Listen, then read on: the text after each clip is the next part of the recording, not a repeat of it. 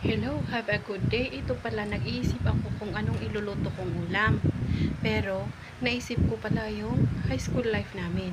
Na kung wala kaming ulam is bumibili kami ng itong mga chicherya para lang may pang-ulam kami.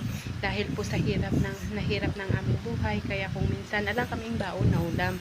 Kaya ang ginagawa po namin is binibigay ng aming magulang is bibili kami ng chicherya.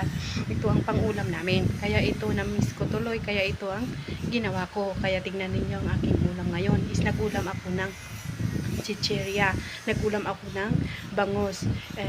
Masarap naman, pero yun lang, parang hindi ka makano dahil alang sabaw, pero okay lang yan, ganyan talaga ang buhay.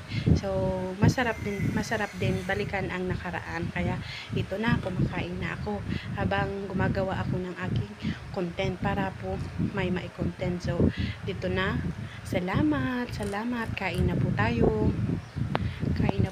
Magulam tayo ng chicherya.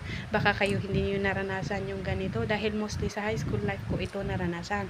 Pero nung nag-college na ako, nung sa college po is naranasan ko din na nag-ulam ng ganitong ulam dahil ala akong magawa. Yung importante, mabubusog ang aking tiyan.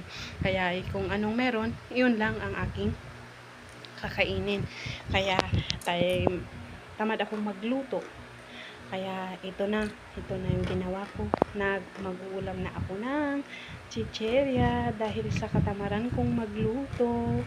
Dahil pagod, tapos mainit ang panahon. Kaya ito na. So, halina kayo. Sasamahan nyo akong kakain. Mag-uulam tayo ng chicherya.